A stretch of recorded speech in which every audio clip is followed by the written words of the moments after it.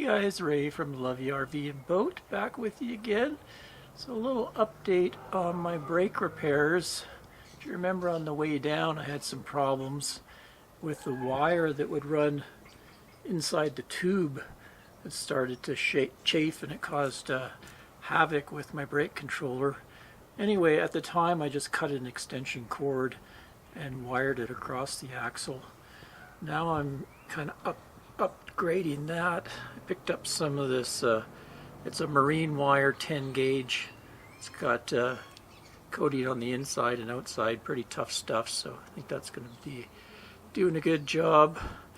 Nicked myself while I was doing it. Thankfully Ann bandaged me up and I'm back at it. Anyway, what I did on the ends is I soldered the wires together, and then I put some shrink tubing on the inside wires and then shrink tubing on the out. So we got a good coating there, and then it's just zip tied across the axle. Several people commented that they had done that and had zero problems, so I decided to go that way too. But ran into a snag. While I was doing it, I decided I'd jack up and adjust my brakes. You know, you go inside and with a little brake tool adjuster, a screwdriver, you adjust the star screw and you tighten up the drums so that the brakes work to the best potential, but one of them was faulty. So right forward driver's side was the culprit. See, I have the drum off, and just there'll be the last wiring I do up. I'll show you what's going on with the actual electric brake assembly. Yeah, here's my electric brake. They're a 10-inch brake, 2 1/4 wide shoe on them. And this is the star adjuster. So you go in there and through the hole, you just click that and it adjusts your brake. But when I went to do this one, it just spun. And look, somehow inside that bolt is stripped out. So it was just kind of floating around. I really didn't have a proper functioning brake on that particular one. So luckily I was able to order a new spring and a new star adjuster. Just waiting for them to arrive today, and then I can put it back into this brake assembly and get it back on the wheel and adjust it. So it looks like I was mistaken about this, because I got the new one here and it does the same thing. What I noticed is this actually turns like this. Never had one apart, so I never really understood how they worked, but I get it now. So what must have happened to this one is it's seized on the end there. Somehow it got adjusted all the way to one end, and now it's kind of seized. See if I can break that apart.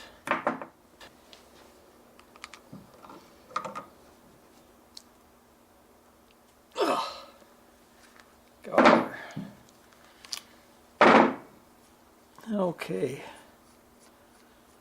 So, it wasn't broken after all.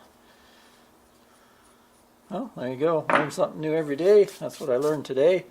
But I'm going to put the new one in anyway, and then I'll just keep that one as a spare.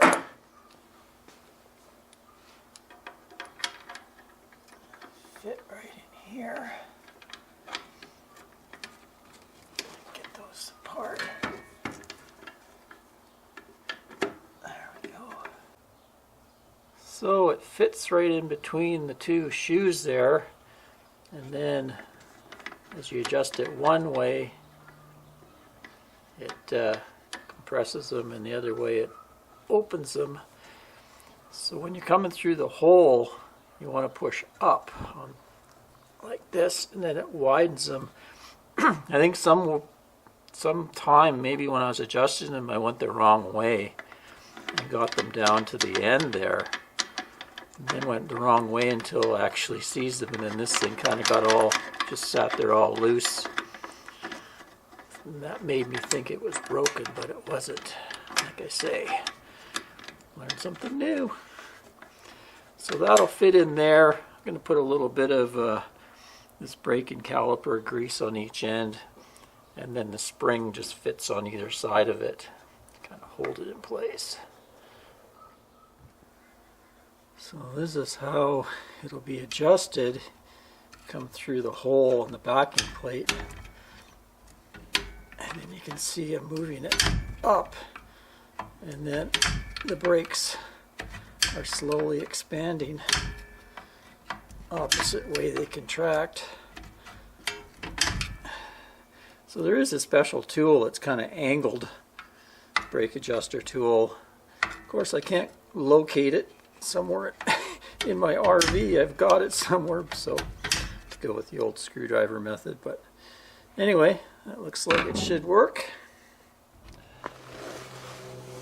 So for the connection, I like to solder. It's probably not the right way to do it. The right way is to use crimp connectors that have a kind of a heat shrink around them that seal them up. I think they do that because then they're better for vibration. If you have a solder joint, usually the wire gets heated with solder, so there's like a weak point, so vibration can break the wire, but that's sort of a Nassau thing. Anyway, I find this works pretty good. What I do is I solder each wire, then I hook them together like that, put heat shrink on both of them, and then heat shrink all over the whole thing, and it doesn't really get much movement. Anyway, it's all about getting a good solder joint, so I like to solder each wire first and then do a final solder with a good, it's a 260 watt gun, so it's got quite a bit of heat to it. And it should handle it no problem. There's only a few amps going through these wires, and I'm using 10 gauge to go across there, so I think we'll be okay. But keep in mind, I'm not a mechanic or an electrician. Obviously electronic technician, that's probably why I'm wanting to solder. I'm just so used to it. Some good solder in there. Some good heat in there. Let the solder get all through that joint. Make a good connection.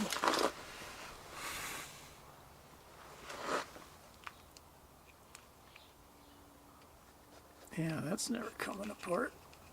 I'll put some tube on there.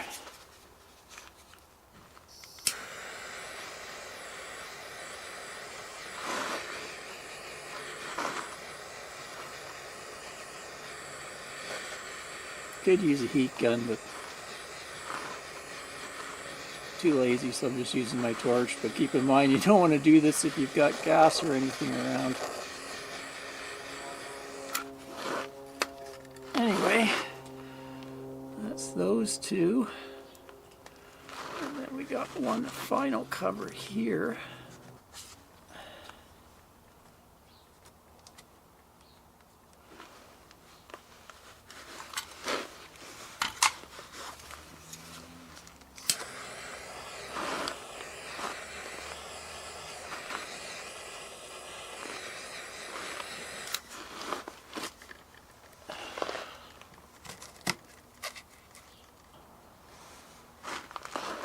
Okay, should be good to go. Okay, get back to tightening, adjusting the brakes. Use a flashlight and shine it through the little hole there. The idea is to tighten it until the wheel gets really tight to spin. Oh, it's starting to get, oh yeah. So now it's like I can barely move it, and they say to back that off until there's just a bit of drag on it.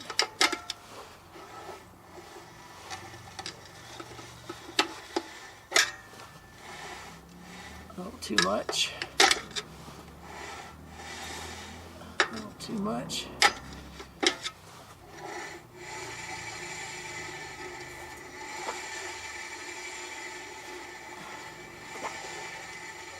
I think that'll work. Another thing I do that the manual says is a no-no is I jack under the axle here usually put my bottle jack right under this U-clamp and jack right there. Now, the manuals will tell you to jack way up on the I-beam up there, the frame of the trailer. But I've seen numerous shops do this when they're changing tires. Mine as well, they get in there and they jack right under there. Some will even jack under the equalizer. But I've done this countless times and haven't had any issues with my axles. But I just tell you, it's not the recommended way to do it. But it seems to work fine with me. Well, I find when I jack under here, I only really have to jack a couple inches and the tire's off. Whereas if I jack on the frame, the whole trailer has to go up and the suspension sags down, and it's a lot more difficult to do. Anyway, I know people would probably comment on that. The other thing I get a lot of comments on is my spring packs. You know, they're a little bit flattened out. Every time I do something under here, your spring packs are flat. But they actually been like this for basically the life of the trailer. I have pictures going back to 2013 and they look exactly the same, so I don't know what's up with that. I'd like to get a new set of maybe beef them up a little bit, put in maybe a larger pack so the trailer raises in height a bit, but it hasn't ever caused me an issue, and I've never broken a spring or had any problems with my suspension, so there's that. I lost the little plastic covers years ago, so all I do is I throw some Gorilla Tape on there. Keeps the moisture and dirt out of there for me. So as a quick test to see if I have good continuity to all the brake electric coils, just pull the breakaway switch here and that'll put all the brakes full on. So it should be between 12 and 15 amps if all four are working. So we'll just go in here and got a clamp on meter here to see. And it's sunny here, I don't know if you can see that. There we go. 13.9. Not too bad. Actually before I think it was somewhere in the 12, a little over 12, so it seems to have got a little bit better juice to them now. Awesome. Well, there you go. Good to have that wiring job done. Visiting a friend's place here in Mojave, California, and I was able to do it in his driveway, which is much nicer laying on than gravel or dirt in the desert or wet mud in the Pacific Northwest. Got the brakes all adjusted. Learned something new about star adjusters. If you want to look at any other videos I've done on bearings and brakes, I have some videos on Love Your RV that I'll link to. I basically put new brakes on this unit a couple of years back and totally repacked the bearings, actually replaced the bearings and replaced the races. So there's a couple in-depth videos on that. Till next time, Ray from Love Your RV and Boat. Cheers, everyone.